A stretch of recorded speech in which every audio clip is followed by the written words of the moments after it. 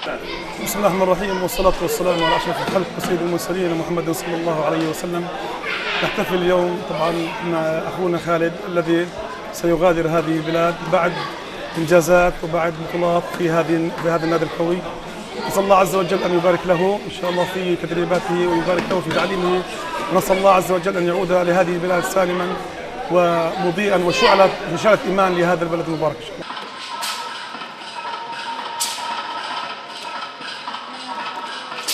خالد الدير بقى من أحسن من ناحية خلق وكلياقة كشخص بقى من أحسن وبقى متفوق وبقى له عدة إنجازات. وبارك الله فيكم وبارك الله في الشيخ غالب، وأنا بتمنى النجاح وبتمنى الاستمرار في هذا النجاح إن شاء الله. وفي هذا اليوم نحن بصدد تكريم شاب ابن هذا النادي الذي وصف هنا بجمال أدائه الرياضي ومواظبته. بدي أشكره كله. الله أكبر ولله الحمد. صح إني راح أطلع أتعلم 6 سنين وأتغرب، بس أكيد هو بالكلام مش راح أنساه. عزيز كثير على كلمة، مش بس على كلمة، على كل اللي بتضرب. وإن شاء الله برضه ربنا يوفقكم وتقدموا بالرياضة ونشوف شغال توصل مراحل ونشوف طلابه. بارك الله فيكم.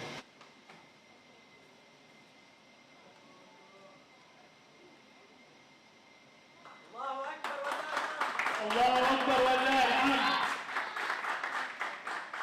الله أكبر ولله الحمد. الله أكبر ولله الحمد. الله أكبر ولله الحمد.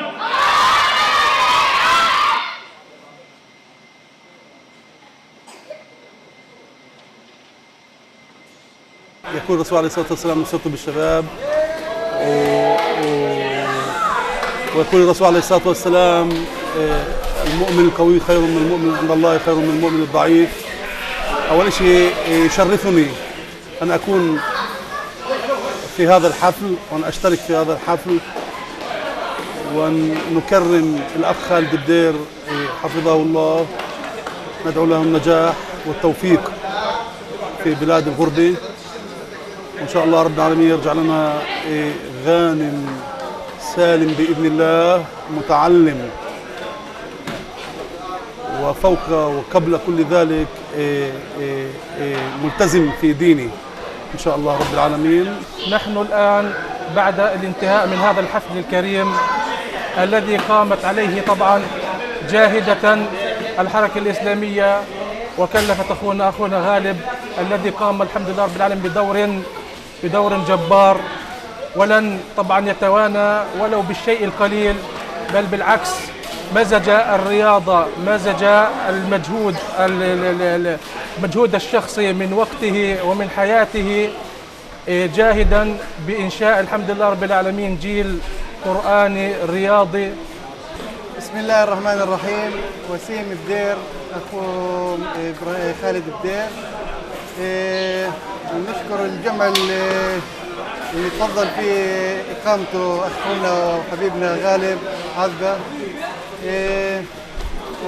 خالد الدير من الشباب الملتزمين والحمد لله، ونتمنى له التوفيق والنجاح والتقدم والازدهار إن شاء الله، ولجميع شباب البلد والنشء الصاعد إن شاء الله.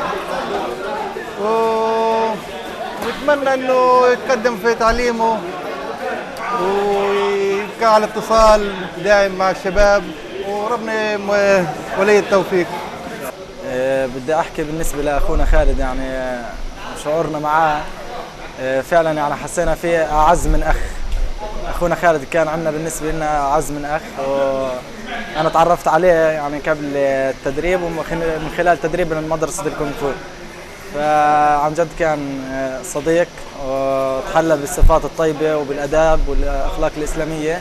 نتمنى لأخونا خالد الدير التوفيق في الدين والدنيا والآخرة، في العلم والتعليم، في الأدب والأخلاق إن شاء الله رب العالمين. وأصلا عهدناه يعني صاحب خلق وصاحب آداب وصاحب لياقة بدنية عالية ما شاء الله تبارك الله. قدر الله فكان الملتقى موعدا حلوا لقاء شيقا.